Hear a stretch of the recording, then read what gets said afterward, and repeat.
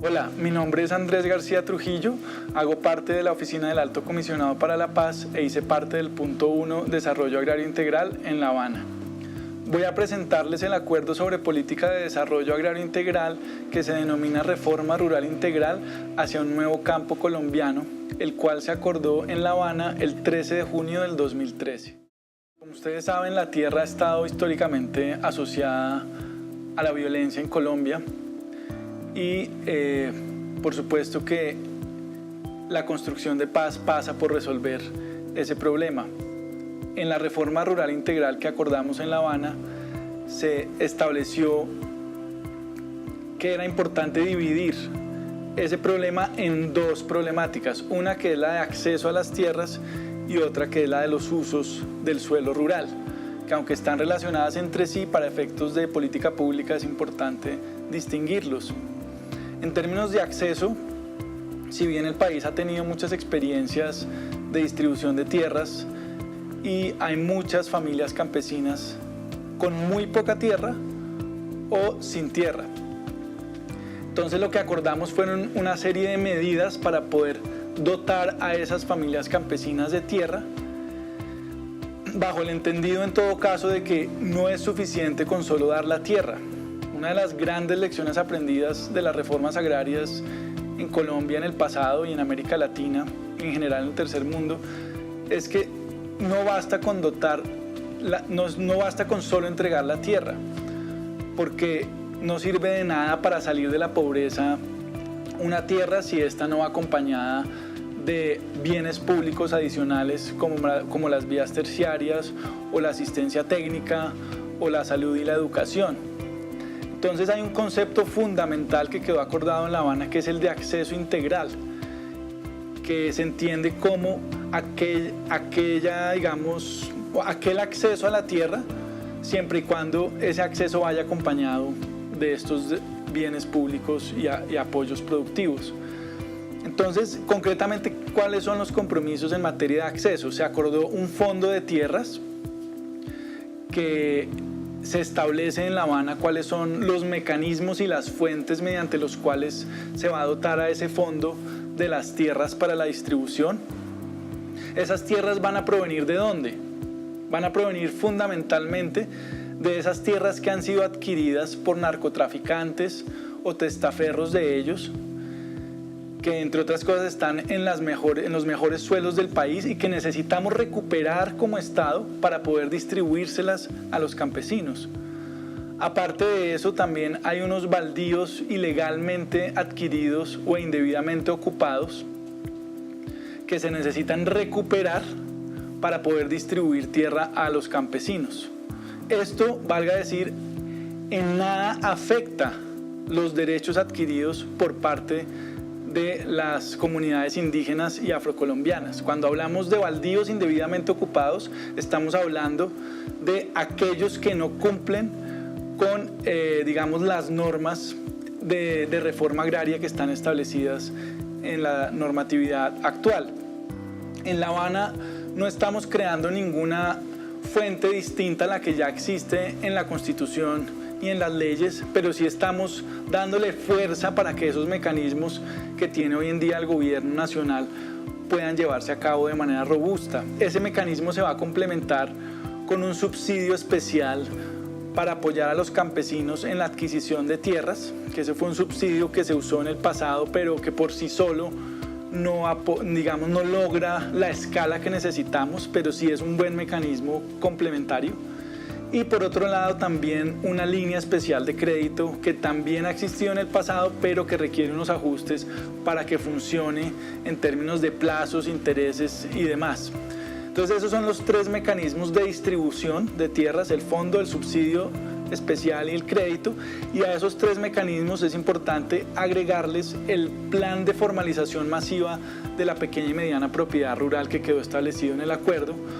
porque en Colombia tenemos también un grave problema que se puede leer como un problema de acceso, y es la altísima informalidad de la tenencia de la tierra, que está cercana al 60% en los pequeños predios, que eso le impide a los hogares campesinos poder utilizar esa tierra como un activo productivo, solicitar crédito, etc. Entonces, formalizar la tierra, que es el compromiso del gobierno en el acuerdo, es una medida muy importante también en términos de accesos. Aparte de eso, pues hay unas disposiciones relativas a quiénes van a ser los beneficiarios.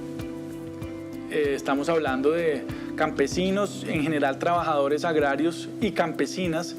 que tengan vocación para la producción agropecuaria, dándole prioridad a las mujeres, y también estamos incluyendo a las asociaciones. O sea, estos mecanismos son para los campesinos. En cuanto al uso del suelo rural, también se acordaron una serie de medidas muy importantes para lograr armonizar la vocación que tienen los suelos en Colombia con los usos reales. En Colombia tenemos un gran conflicto de uso, y es que tenemos muchas tierras dedicadas en actividades para las cuales no tienen vocación. Tenemos millones y millones de hectáreas dedicadas a ganadería extensiva, y en cambio tenemos muy pocas hectáreas dedicadas a la producción agrícola. Entonces, esa serie de distorsiones y de conflictos de uso es importante resolverlos. Aparte de eso, también es muy importante lograr el cierre de la frontera agrícola para poder generar una sostenibilidad ambiental a largo plazo en el país. En eso, la reforma rural podría decirse que se diferencia de manera significativa de los esfuerzos de distribución de tierras del pasado, porque hay una preocupación real por lograr cerrar la frontera agrícola y no seguir expandiéndola con la excusa de que es necesario distribuir tierras. Y al mismo tiempo tenemos una serie de conflictos en los territorios que hay que resolver a través de mecanismos como llevar la justicia al campo y mejorar la planeación y la participación ciudadana del ordenamiento territorial. Entonces, en concreto, ¿qué fue lo que se acordó en materia de uso en La Habana? Primero, acordamos la creación de un catastro multipropósito que permita formar y actualizar los catastros en el área rural, que esa es una tarea gigante que tenemos que hacer como Estado y como sociedad. Y una vez tengamos ese catastro actualizado, vamos a poder, y así quedó también establecido en La Habana, mejorar el recaudo del impuesto predial rural, que es el impuesto predial rural el que va a permitir mandar las señales para mejorar e incentivar el uso productivo del suelo y desincentivar la concentración improductiva de la tierra. Entonces es muy importante crear todo un sistema para que los municipios puedan mejorar ese recaudo efectivo del impuesto. Se acordó la creación de la jurisdicción agraria, que hemos tenido en el país una historia de intentos de crearla, pero ahora creemos que con las herramientas que da el acuerdo podemos ahora sí poder una jurisdicción agraria muy seria con capacidad en el territorio para resolver conflictos de tenencia y uso,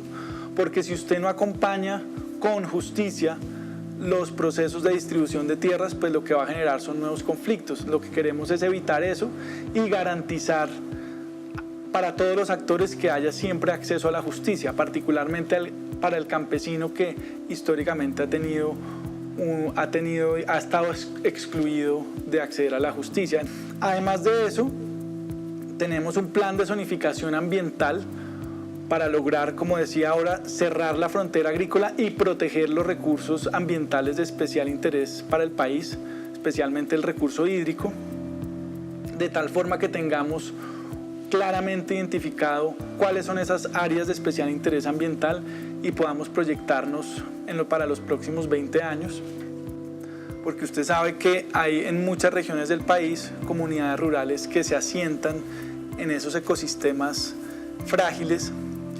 pero que hay que buscarle una solución para que esas comunidades encuentren alternativas de generación de ingresos, como lo son el pago por servicios ambientales, entre otros. Y dentro de esas figuras entra las zonas de reserva campesina. Las zonas de reserva campesina son una figura que crea la Ley 160 y que aquí en el acuerdo lo que estamos haciendo es reconocer que son una figura, entre otras, para apoyar a ciertas comunidades campesinas en el desarrollo de su proyecto de vida, con mayor presencia del Estado y apoyo para sus planes de generación de ingresos. Entonces, eso es lo que quedó acordado en materia de zonas de reserva campesina. Y adicionalmente una serie de herramientas como la promoción de la participación de la ciudadanía en los espacios de planeación del ordenamiento local, además de la creación de una instancia de alto nivel que permita planear a través de lineamientos el uso del suelo rural en Colombia. Y finalmente unos mecanismos de diálogo social entre comunidades, empresas y Estado cuando ya hay conflictos que es necesario resolver. En últimas es un acuerdo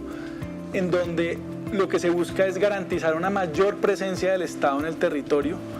para regular los conflictos y mejorar el acceso a la justicia.